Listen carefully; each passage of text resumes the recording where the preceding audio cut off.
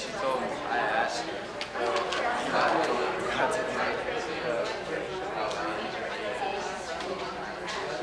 It's kind of hard to, I don't know. Yeah, I know. Yeah, like I didn't want to just assume that she was right. It's totally hard to know. Yeah. So Mom's come back. I'm going to try and get it.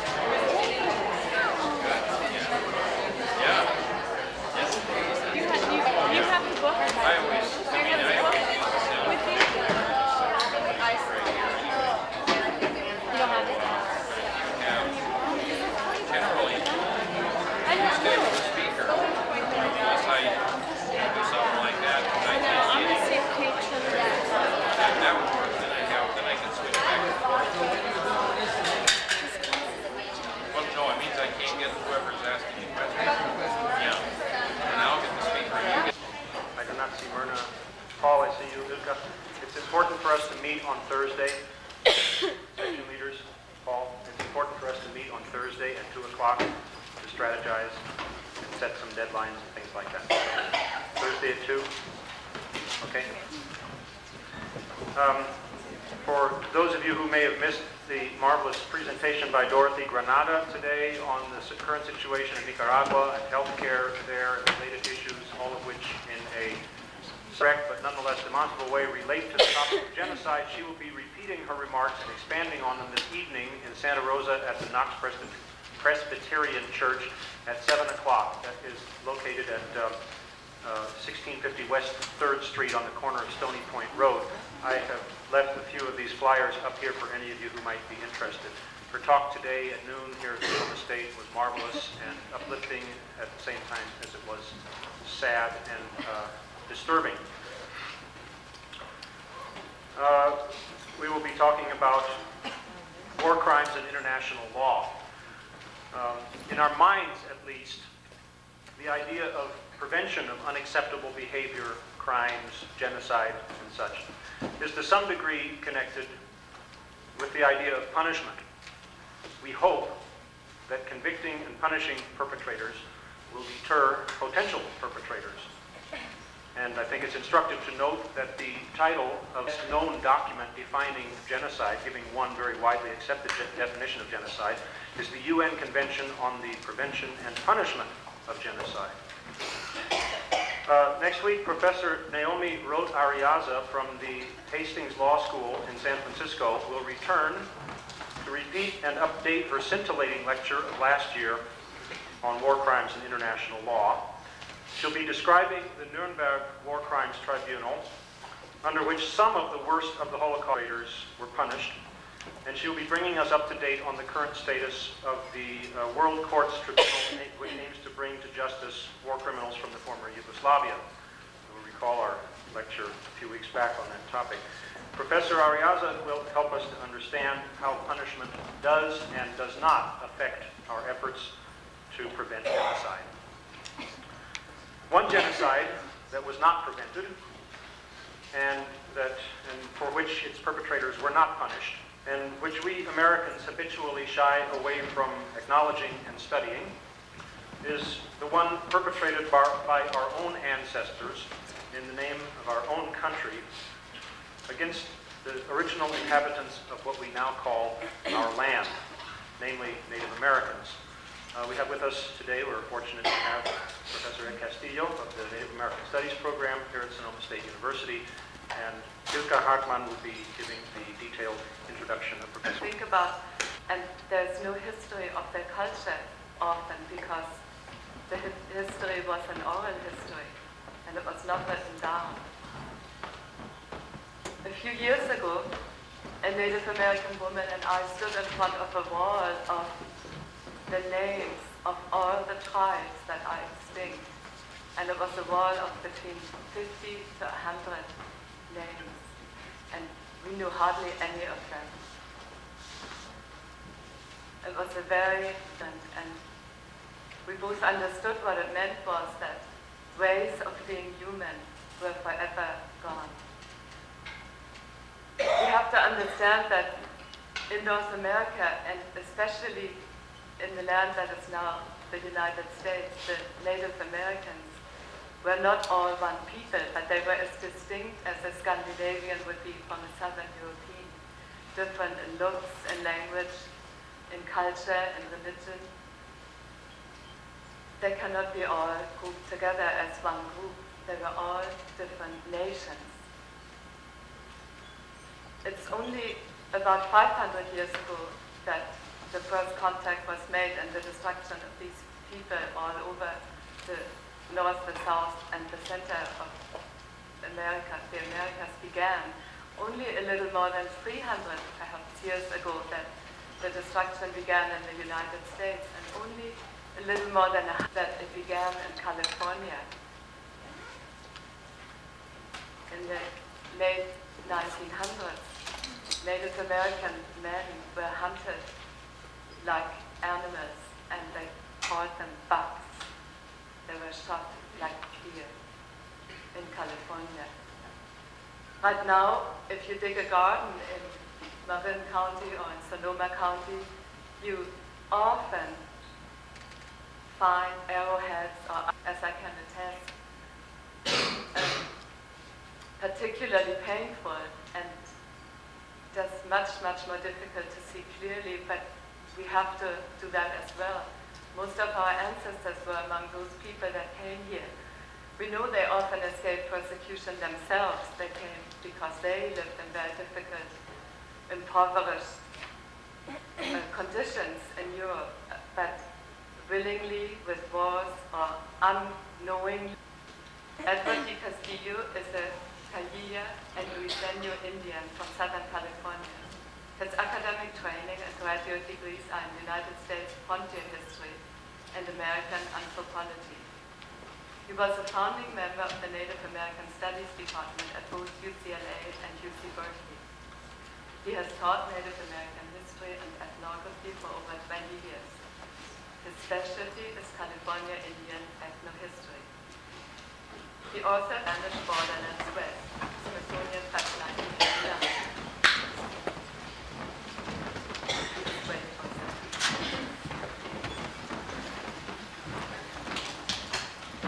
His first book is entitled Native American Perspectives on the Hispanic Colonization of Alta California, Garland Press 1992.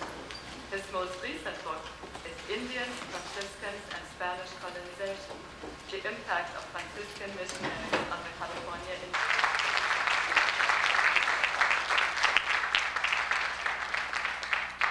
Thank you, Ilka. We've known each other for many years. I wrote that introduction myself. It always sounds like I'm talking about somebody else. Ilka and I actually met each other on Alcatraz over 25 years ago when I was a very young lecturer at UCLA, part of that movement. It was displayed at the 1911 Pan Pacific Exposition called The End of the Trail by a sculptor named Rankin. You're probably familiar with this. It's an Indian on a horse. He's bent forward, his lance is down, his braids are hanging down, and in many ways it's an icon for the end of the Indian race, which was freely shortly after the turn of the century.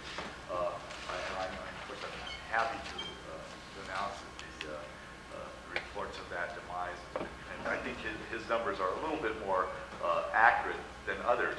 But in fact, the most accurate demographers to look at the numbers of Aboriginal peoples in the Americas about the time of contact actually occurred in what we call the Spanish borderlands. And this is the area that I specialized in. And we know this because the Spanish, almost as a counterpart to the Germans, were meticulous record keepers and counters. And we not only have the journals of succeed anywhere in the world in successfully replacing the native population in terms of numbers. It happened in North America, South America, Australia, New Zealand, and Polynesia. All of those places have in common is that they are surrounded by thousands of miles of open ocean. Everywhere else Europeans attempted to colonize were utter failures. Expensive failures in terms of blood and treasure, but they were utter failures. Africa is in the hands of Africans. Asia is in the hands of Asians. Only in these other continents that I mentioned have the native populations, to coin a term from my co-author of my new book, collapsed in the face of immigration. And the collapse happened for biological reasons. It has nothing to do with the inherent bravery of resistance and or tactics of coping or assimilation or accommodation. It has to do with biological adaptation to introduce diseases. As far as we know, there was not a new disease introduced to the colonists by the native peoples of the Americas after 1492 to North America. There's a little bit of a controversy over syphilis. Apparently, syphilis is there may have been a native strain of syphilis. We know from the early Spanish records, the Spanish called syphilis the Frenchman's disease, assuming that only the lascivious French would engage in some sort of sexually transmitted behavior. Recently, a French doctor has written a history of syphilis in which he suggests that syphilis, this guy pinpointed it to northern Italy, cold October night in 1529, a good bottle of Chianti, a lonely shepherd, particularly good-looking sheep. Apparently, for whatever reasons, controversy about syphilis. And that one I'm going to try to leave alone because everybody apparently there's a nationalistic thing of people pointing fingers at each other, blaming each other for that nasty disease. But for our purposes, it was children's diseases like measles, mumps, chickenpox that killed hundreds of thousands of Indians. To give you an example of this, a local one that might be serve to illustrate this point. In 1579, when Francis Drake landed on the coast of Sonoma County, and we're pretty sure from ethnographic evidence of some linguistic terms that were copied down by Francis Fletcher, the surgeon on that ship, the Golden Hen.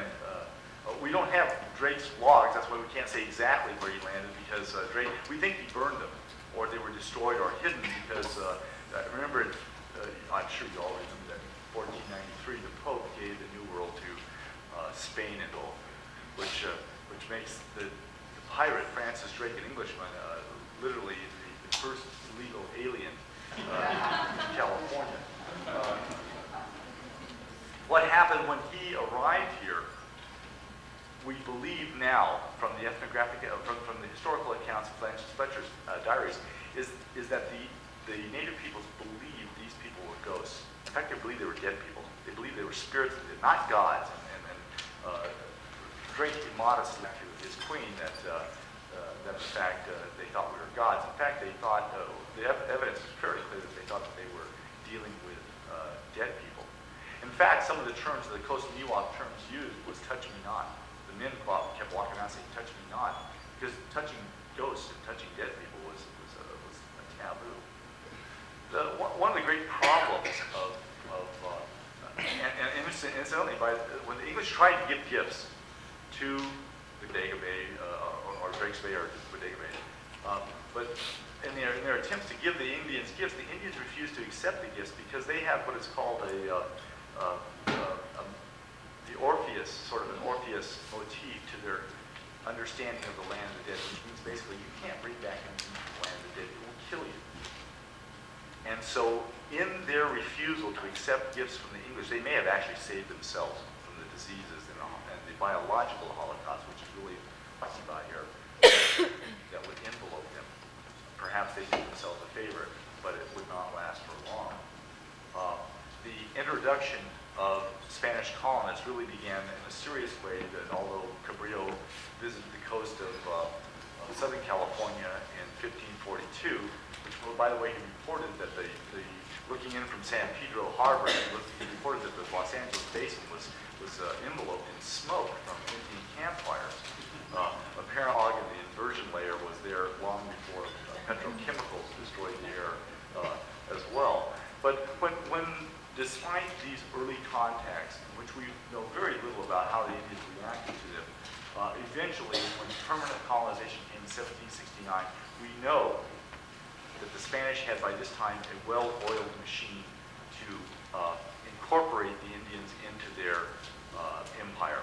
They had arrived in the Spanish Southwest 100 years, and what they knew at the time they entered North America, after 150 to 250 years of colonization experience, they knew that everywhere they went, Indians would get sick and Indians would die.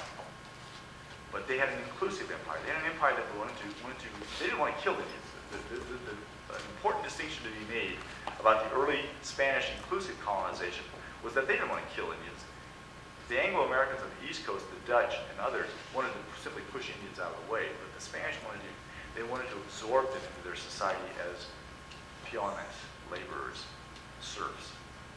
So they didn't want to kill them. But then again, they knew and they understood that as everywhere they went and established themselves, the Indians would begin to sicken and die. And this provided them with an opportunity to proselytize among the Indians effectively.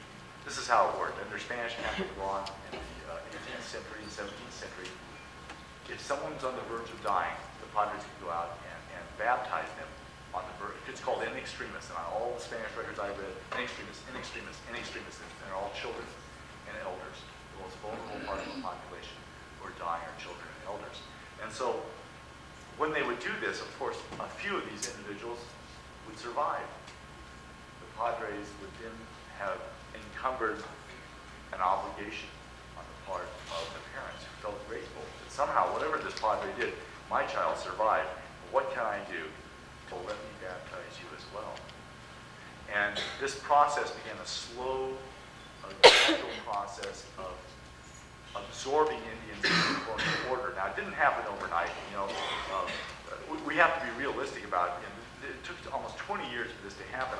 One of the examples I frequently use in my classes is, for instance, if a flying saucer would land over here in our quad, and out of it would emerge a people of obvious superior technary when I was down there.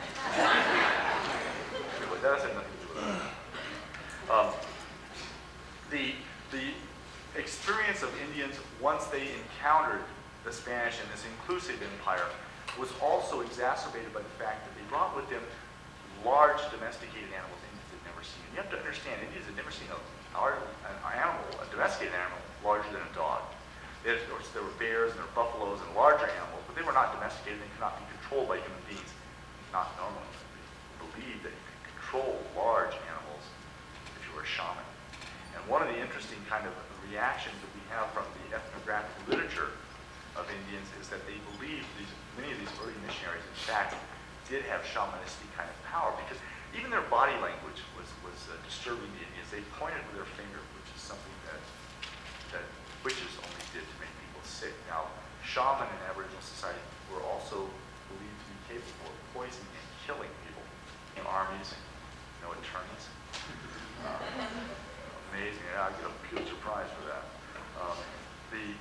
The problem is that when Indians began to perceive that these padres had this supernatural power and control over not only animals, apparently, but also over military officers, the ones who were the real threat to them, the army They would bow down, kiss their hands, kiss their robes and so forth.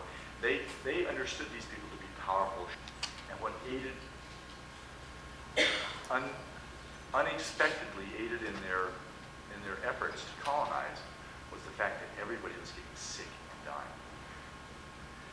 The San Diegoans, for instance, ethnographic family histories demonstrate quite clearly. San Diegoans believed that the Franciscan missionaries who came to California were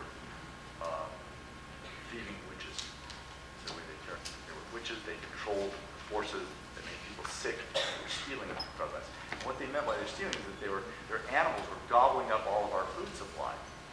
And so this inclusive empire had working for it two things: disease on one hand, and the introduction of domesticated animals who utterly destroyed the biosphere, the Aboriginal biosphere. Cat Anderson and Tom Blackburn are two fine anthropologists from Southern California. And they wrote a good book that we use in one that's called Before the Wilderness. And what the title is very clever because it means before there was wilderness, there was a well-groomed and manicured natural world, which was manipulated by human beings, burning, irrigation techniques, rising the water table techniques, proto-agriculture, agriculture was practiced. And when the newcomers came, all of these things changed. And suddenly, the natural world became wild. It was never wild. Spanish were drawn into almost a vortex of concentrated labor pools, practicing agricultural and grazing techniques that were the only viable forms of feeding their families after a few generations. Even tribes outside of the immediate influence of the missions of Texas, New Mexico, California, were eventually drawn into this vortex because the biosphere was utterly destroyed. And the Indians were in a real tough dilemma. They killed the stock animals, eating their grains, their native grains. The army would come out and get them and punish them. And then we get the bad cop, good cop. And this is well documented in my work as well as others. You get the padres saying, you get the soldiers saying, we're going to punish you, put you in chains, make you forced labor for 6 or 7 years. The padres step in and say, oh, wait, I can stop all this punishment. Just let me baptize you. If you let me baptize you, I can stop the soldiers from punishing you. Then again, that means you have to work for me for free for the next 70 years. It was America outside of the Valley of Mexico. That's from Panama to Alaska and to the Arctic Circle. That's the largest. There were more Indians here in California than anywhere. And at the end of the mission period, which ended in 1836, started in 1769, 1836, 100,000 Indians had died. The Mexican Rancho period lasting from 1834, 1836 to 1846, 10 years, another 20,000 Indians died. But the great plunge in native population occurred after the gold rush.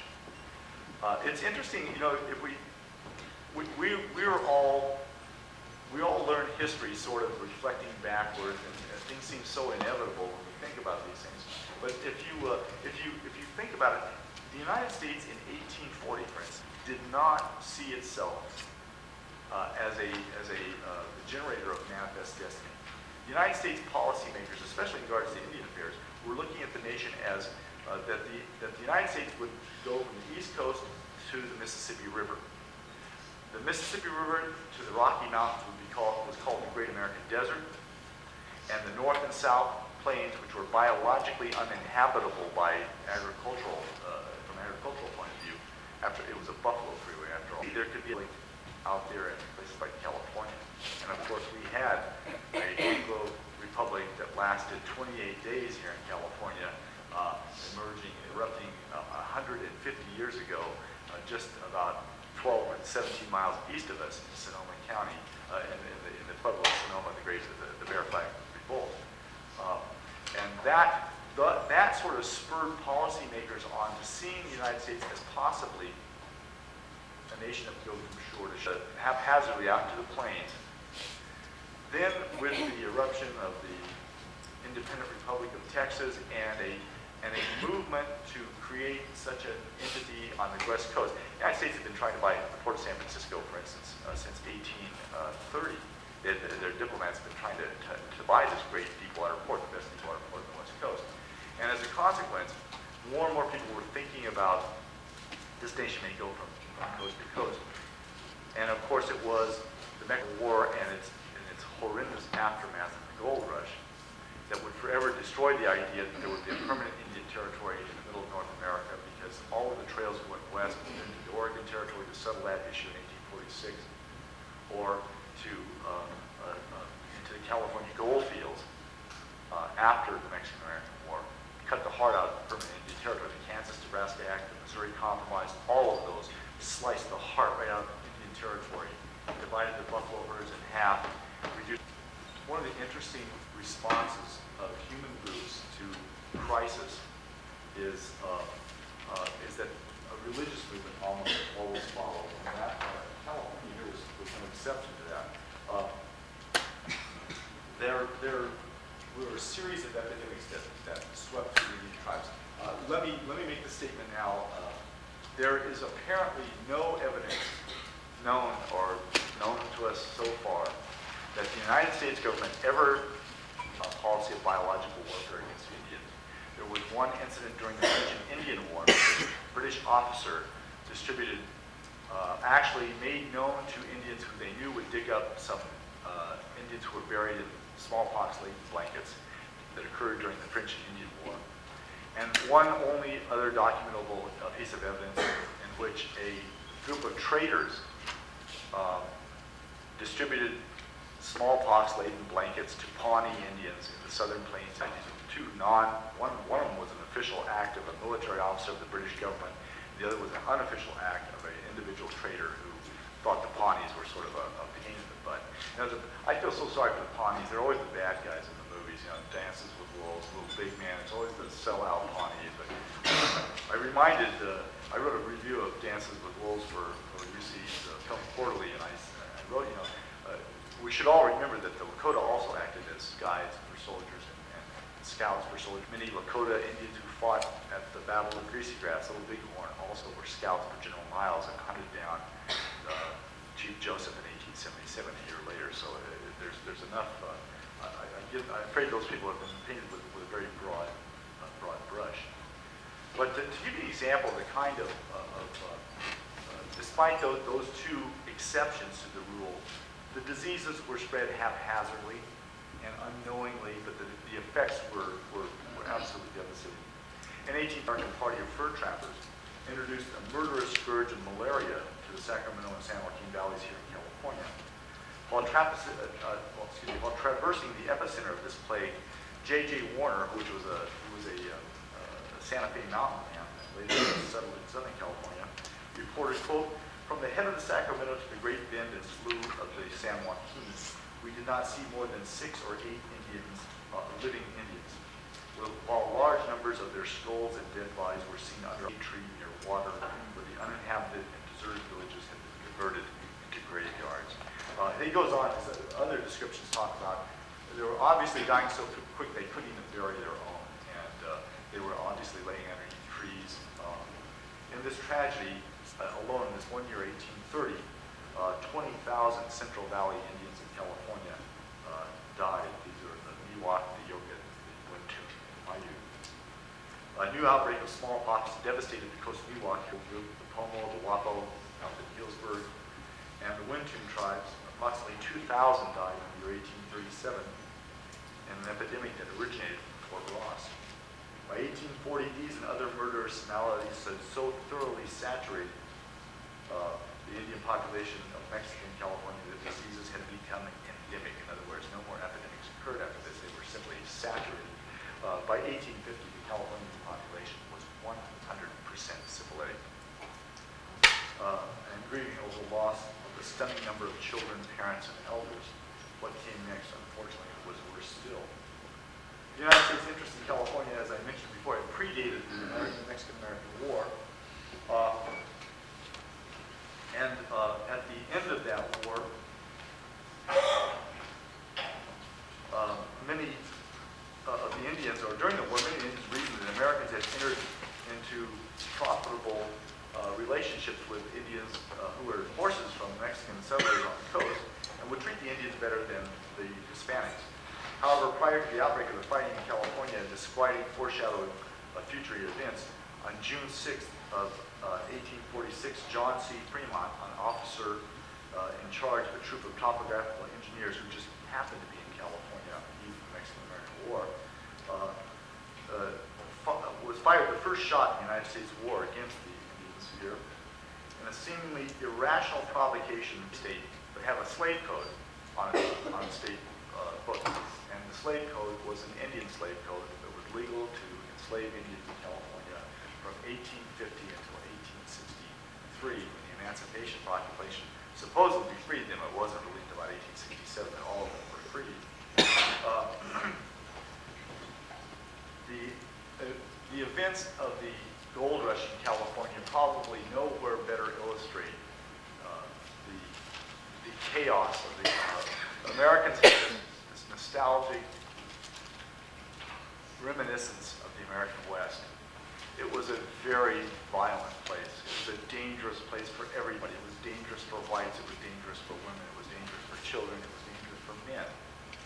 It was a very chaotic and lawless place. And of course, when you add gold to this, the gold rush in California was like anything that had ever happened in North American history. The only other gold rush had occurred in 1830, when gold was discovered in Georgia on the Cherokee Reservation. You can imagine what happened next. The Cherokee suddenly got to southern Oklahoma. And that gold rush was nothing compared to the gold rush that happened in California. So the events in California are somewhat absolutely unique, but the numbers are stunning. Sutter, by the way, Johann August Sutter, who was a colonist and knew that crazy white man wouldn't find a damn thing to eat in that stream bed he's digging in. And then, of course, this German thinks those crazy Indians over there don't know that there's a fortune right here in this river.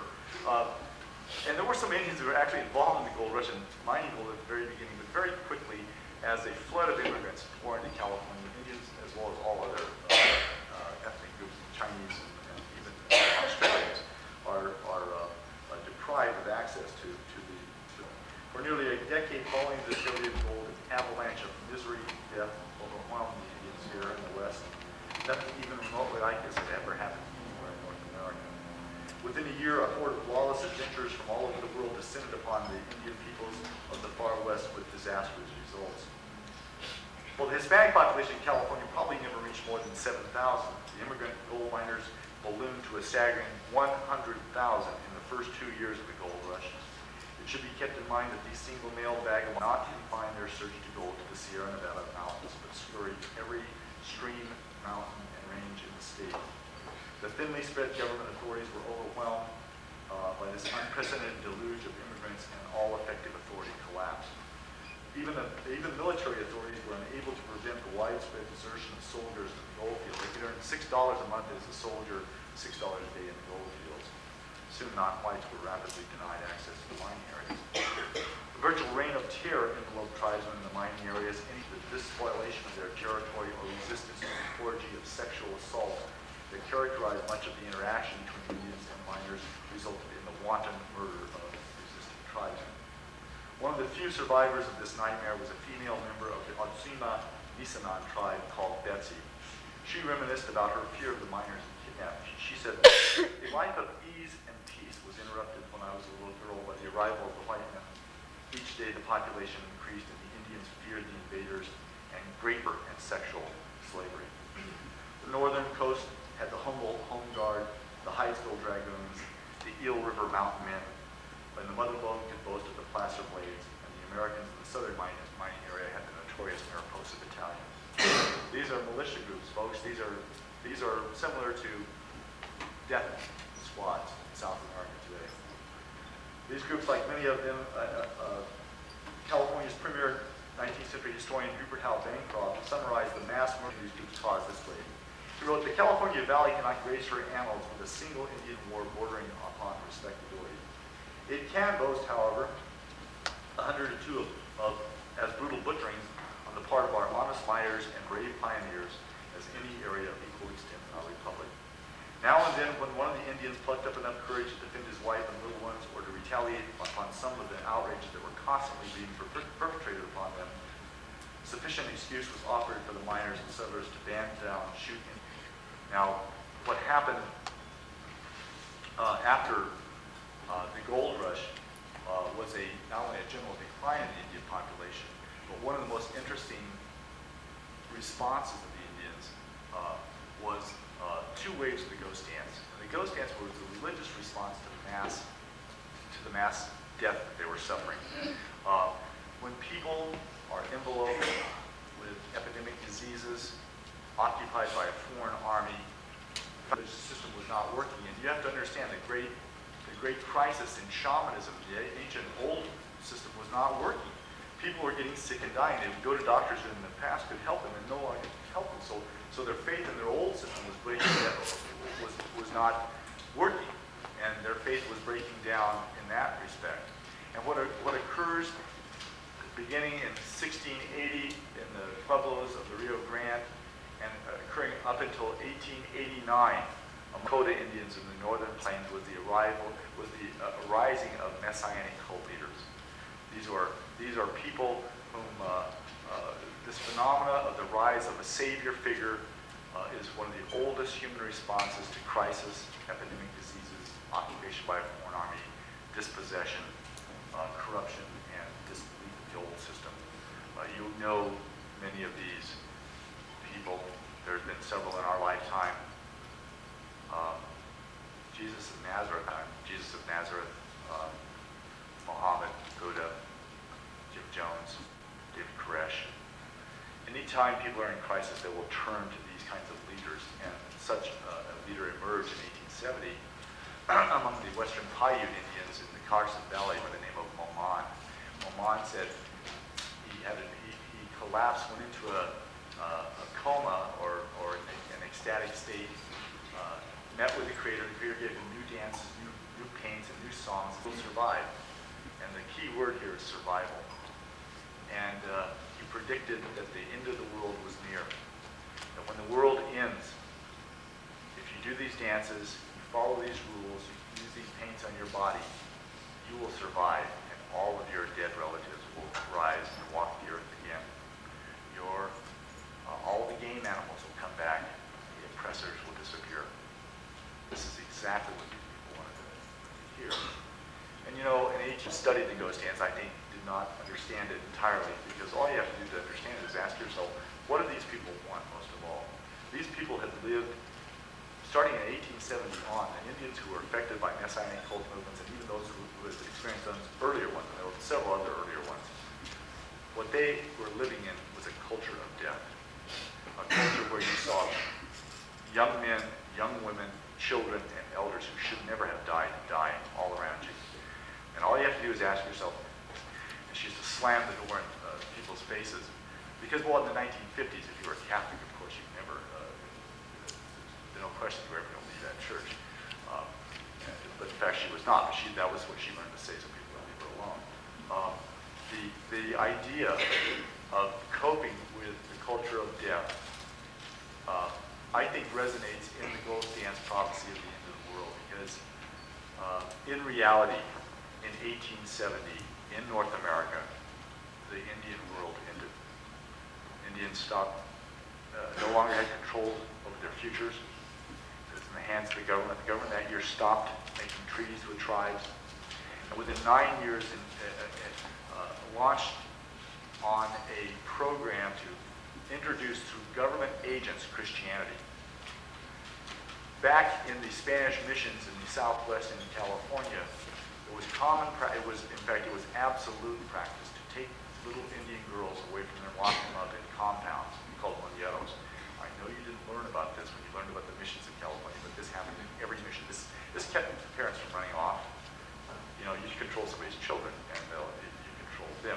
The Mariposa Battalion, when they were looking for Chief Tenaya during the Mariposa Indian War of 1851, which resulted in the discovery of Yosemite Valley, simply took a number of Indian captive families and held their children by their ankles and stuck their heads in the Merced River and said, "We're going to drown all your kids unless you tell us where Chief Tenaya is," of course. This was the killing associated with about in the mid-19th century. And once physically Indians had been reduced to powerlessness, then the attack upon their spirits began. And that has been unrelenting to this very day. In 1879, the United States government began to systematically take Indian children away from their parents and send them to boarding schools. When they sent them to boarding schools, they were not allowed, these were Indians living in the most desperate poverty. They could not read, they could not communicate with their children from 11 to 12 years. You took your children hundreds of miles away, sent them to boarding schools where they're not allowed to speak anything but English, where they're told that everything that you are is not good. You're taught to integrate, but you're in a segregated school. You're taught that your ancestors are fools, and you should try to be like this, but you'll never be good enough to be one of us. Don't ask to date my daughter or my son, because that won't happen. So you get these terrible mixed messages for these Indian kids. If you do that for about 5 generations, what do you think happens to parenting skills? There's no more parenting skills left in the community. What happens to Indian culture? It stops because Indians do not share culture. Elders who are knowledgeable do not share culture with irresponsible young people of whatever race. They just don't do it. They will not do it. You learn as you show responsibility and an ability to carry on. This was a systematic attack. It's a period in history which I call acculturation under duress. And it is a systematic attack on Indian culture beginning in 1879 and really only easing up about 1970, so almost nearly 90 years of this. By the way, 1879, the same year that the United States government decides to systematically take Indian children from their families and send them off to these boarding schools, is the year the United States Bureau of Ethnology is formed, which is chief to go out and save Indian culture, while at the same time the government is systematically destroying Indian culture. And we could be, of course, happy we live in a more enlightened era where the government doesn't go about such contradictory behavior.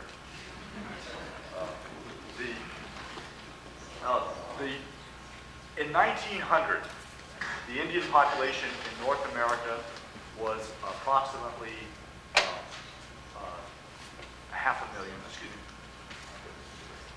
Yes, about a quarter of 1900 had survived not only the biological Holocaust, but the systematic dismembering of Indian families, first practiced by the Franciscan missionaries in the American Southwest and California, and later by the United States government from 1879 to about 1948-49. By the way, there wasn't a term for this at the time, but in 1946 they did, one of the definitions of genocide is to systematically remove ethnic groups from their children, and this is one form of genocide. However, I don't want to leave this entirely on a down thing. Myself, in California, there were 17,000 of us survived. I'm happy to report to ILCA that the Federated Coast Miwok tribe is now seeking recognition again. And although there's probably not a single full-blood Coast Miwok, there's plenty of full-blood Indians who are part Coast Miwok and who are seeking recognition. And I assure you that American Indian men and women are working day and night on this problem in the privacy of their own homes and everywhere possible. There's today, as Ilka mentioned to you, about nearly 2 million North American Indians. And the question always comes up, who is an American Indian? And you know, I always think it's kind of ironic and interesting that we have, American Indians are the only race of people who have to suffer the indignity of questions like, how much Indian are you? You know, can you imagine somebody saying this to an Afro-American? Like, how Afro-American are you? I mean, what a question to ask a Hispanic director that says, you're 3/4 Indian, you're 1/4 Indian, you're 1/8 Indian, you're 1/16 Indian of this tribe. Well, if you believe the government has that accurate records on anybody, you're sadly mistaken. They don't know. There are people who are full-blood Indians who are down as less. There are people who are less than full-bloods who are down, who are listed as full-blood Indians. So exactly who is an Indian? And these numbers are talking about recognizable Indians of 1/4 blood or more. That's what the federal government says. When you're 1/4 blood or more from a federally recognized tribe, when you are on a tribal role associated with a reservation, then you're an Indian in the government's eyes. Well, I beg to differ with them. The Coast Miwoks are Indians. They live here in Sonoma and Marin County, and they're not recognized. One of the greatest I know is a Wintun woman who is a non-recognized Indian. So as far as the government is concerned, she's a non-Indian.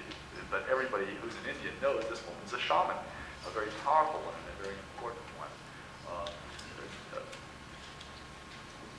The two major informants for the Coast Miwok Indian, Tom Smith and Maria Copa, both unrecognized Coast Miwok full-blood Indians, but the government didn't think they were Indians. One of the reasons allegedly the government didn't think they were Indians is because the agent they sent out there to count them apparently had his car break down. He didn't want to drive out to Tamales Bay, so he said, just forget it, went back to San Francisco. So there's no Coast Miwok Indians left. The population of North American is beginning to recover, obviously. One of the reasons we have Native American studies is because we found the discipline that I studied and were trained in were inadequate to explain who we were. Anthropologists were concerned pretty much with things and things of the past. To study anthropology is to study Indians behind glass cases in museums. Like basically, it comes down to that. I have a friend who laid out a table like this and put on a loincloth and down at the San Diego Museum of Man and laid down on the table and wrote a little sign that said "Kumeyaay" nail tight. Because he wanted him to recognize, like, we're human beings. We're still here, and we're not behind a glass case, and we're also some of us wear ties and we cut our hair. I used to be a real Indian. I used to have real long hair.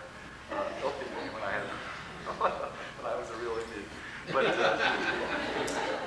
all that stuff about Indian and their relationship with nature. But I don't like that stuff about genocide. It's like, yeah, but you know what? It's a package deal. It's like you want to know about this, but you have to understand the other part of it too. That there's a downside of it too. That all learning is not smiley faces. On the other hand, I want to say that I believe probably we have the best chance of doing better than anywhere I can think of in the Americas today. The North American Indians in the United States and in Canada probably have the best shot at surviving way into the future, certainly better than some of our unfortunate cousins in some countries, especially in the Amazon and places like that, where they're systematically being hunted as they were hunted up here in years before. I think that the last thing in the world I want anybody to feel about American Indians is I don't want you to characterize all of us as victims because I refuse to let my children grow up as victims. I want my children to be strong. I want to be strong. I want to deal with it.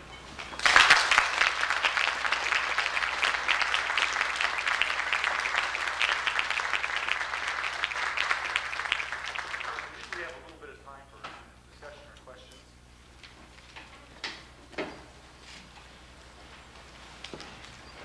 Don't be afraid.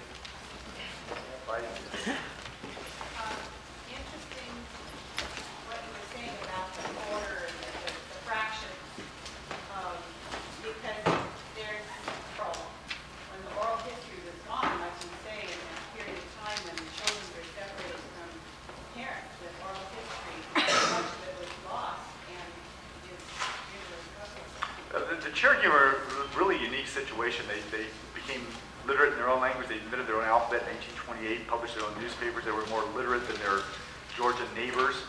There was a lot of intermarriage among elite classes of the Cherokee with elite classes. I mean, John Ross was related to the Ross who signed the Declaration of Independence.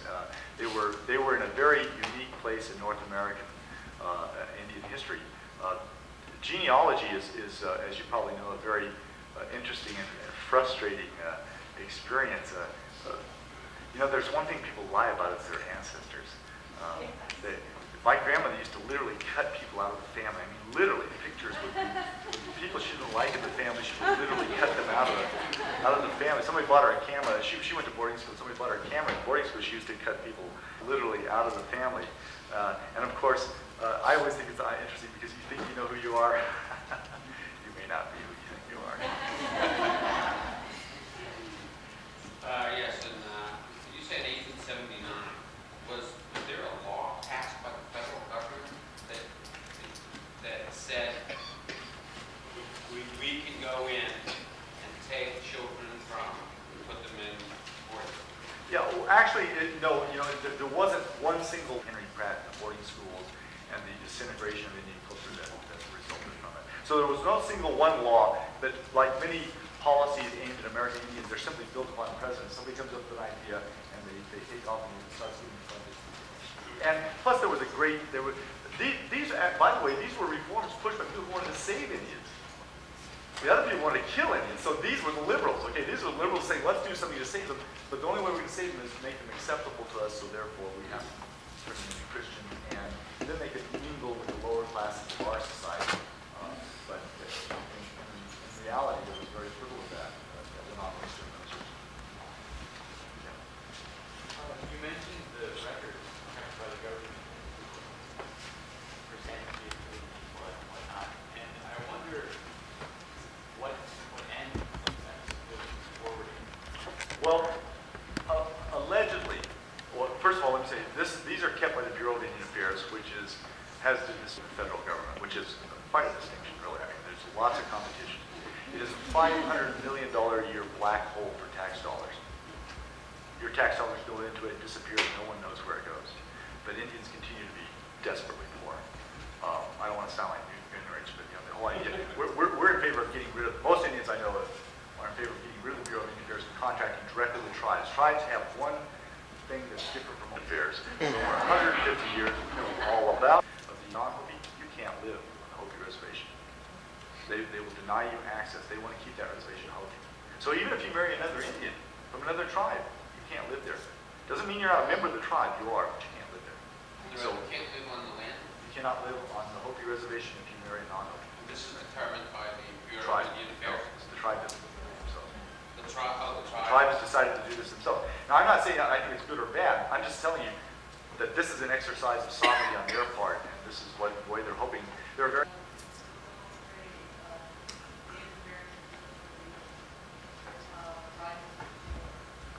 Well, yeah. The question was why is the United States seem to be afraid of the political American Indian political leadership? It's always an interesting thing because I don't think they're really afraid in terms of that Indians are somehow going to threaten the United States government. But Indians are really good at embarrassing the United States government. Okay, and I think that's what they fear is more the American passports, except for they said the Iroquois Nation.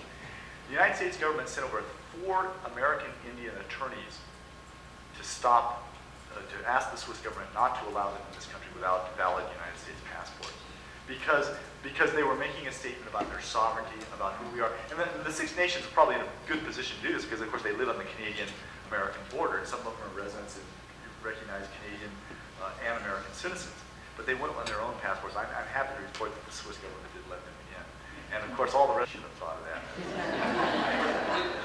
Yeah, Philip. Speaking of the Iroquois, is it not true that the Iroquois had a document or a set of documents that is very influential in the drafting of the American Constitution?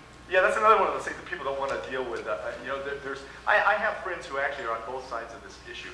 The best documented case of this is when Ben Franklin reported to the Albany Conference that he had just gone to a meeting of the six. We ought to be able to do at least the same as a nation of 6 savages.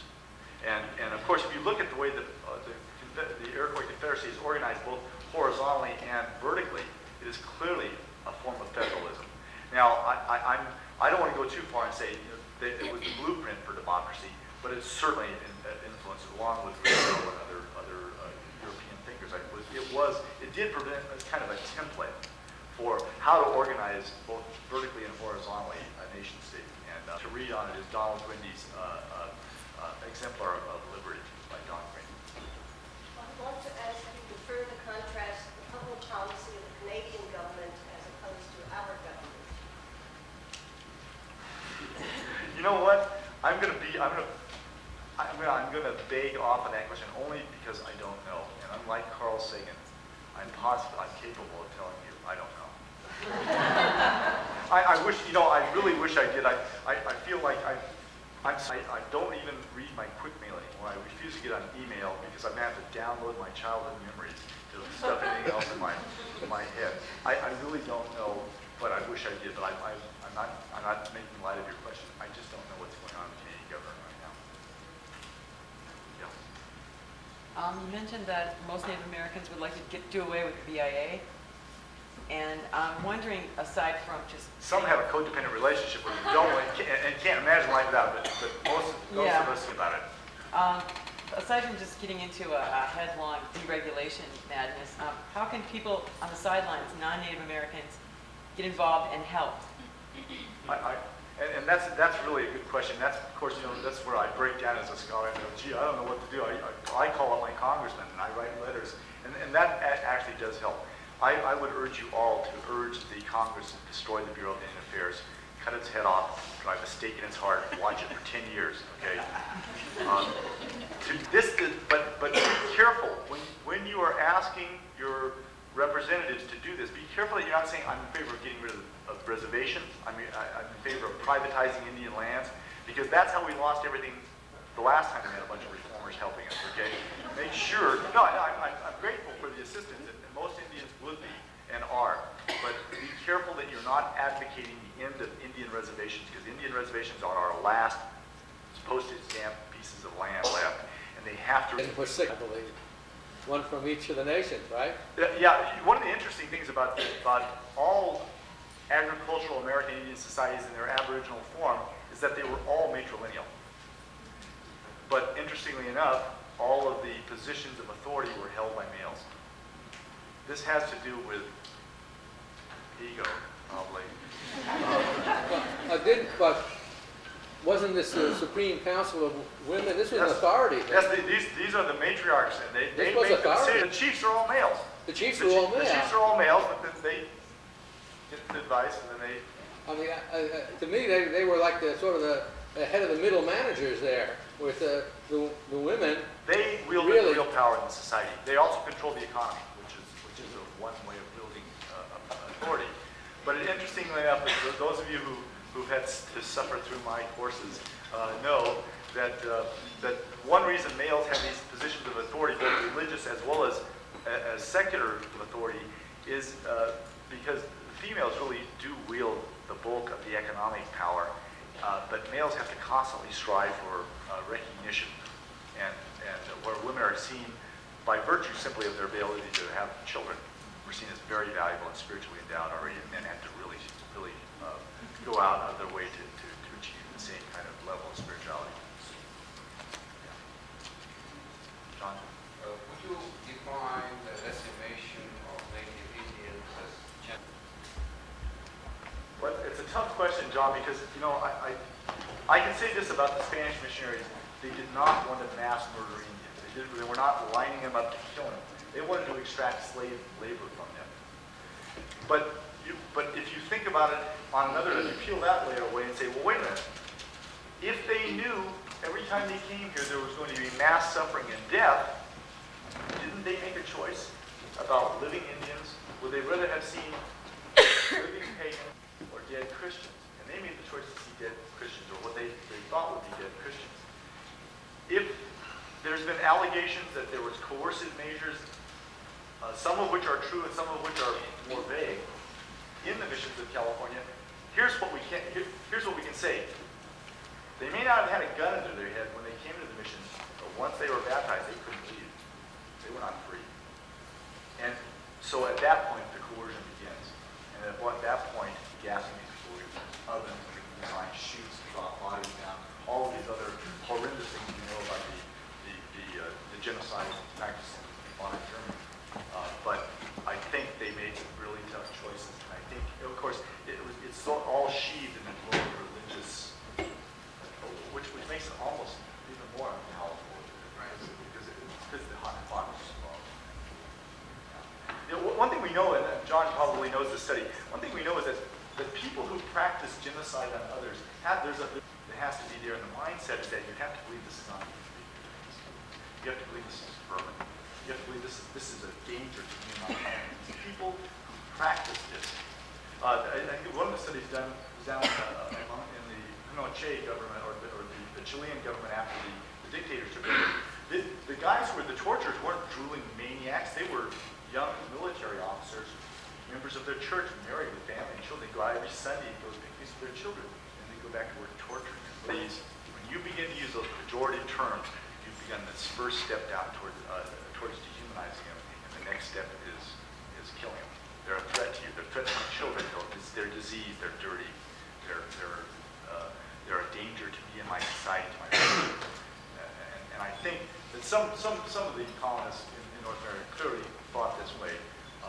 But the Holocaust here was biological or not, and the Indian response to it was actually one of the religious sort of response, accommodation, doing what I'm doing.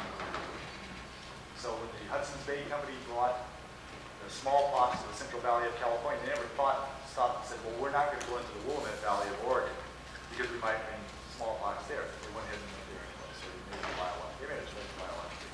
So you would use the term biological Holocaust as opposed to biological genocide? Yes. I think genocide was there in the minds and the hearts of some. I think that war, it's an interesting look at our cultural views of Indians and how they were viewed